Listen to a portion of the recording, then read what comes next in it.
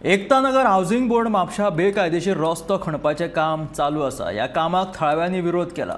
नव्यान बांदिल्ल्या ह्या रस्त्यार गुड्डू साब लगोटी नांवाच्या मनशान हे बेकायदेशीर रस्तो खणपाचें काम चलयलां आनी हाका लागून थंयच्या नळाच्या पायपांक लुकसाण जावपाची शक्यता आसा।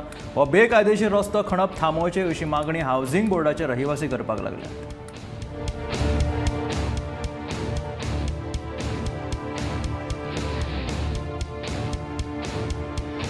एक 10 दीस पयलीं फाउंडेशनाचें काम चालू केलेलें।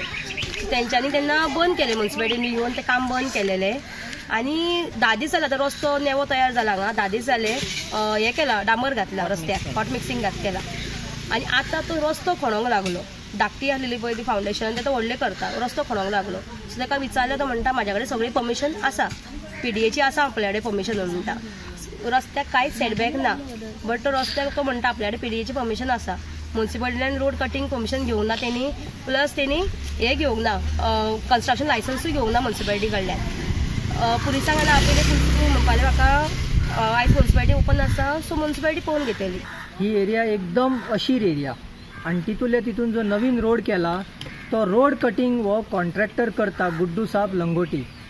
आणि रोड कटिंग करता म्हणून रोड कटिंग करता आणि त्याच्या पोना PWDची पायपलायन आसा ती जवळ जवळ 250 घरांक हांगासल्या उदक पाणी पुरवठा करता।